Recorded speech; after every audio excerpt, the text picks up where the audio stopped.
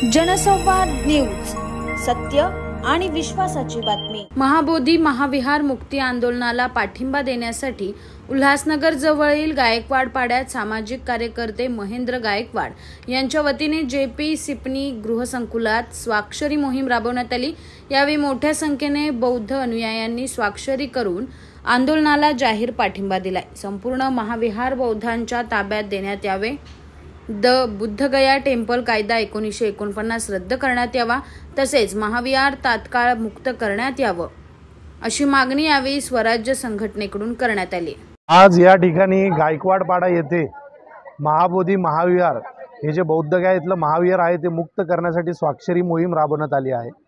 स्वराज्य संघटनेच्या वतीने ही 2 तारखेपासून जे स्वाक्षरी मोहीम आहे त्याच्यातली ही 12वी मोहीम आहे। आजपर्यंत आम्ही 12 मोहीम केल्या आहेत आणि जवळजवळ शहरातून 7 ते 8 हजार लोकांनी या मोहिमेत सहभाग घेतला आहे आणि आज देखील गायकवाड पाडा येथे अनेक लोक या मोहिमेमध्ये सहभाग होत आहे आणि जनतेची भावना आहे की महाबोधी महाविहार हे मुक्त झालं पाहिजे आणि ते बौद्धांच्या ताब्यात आलं पाहिजे।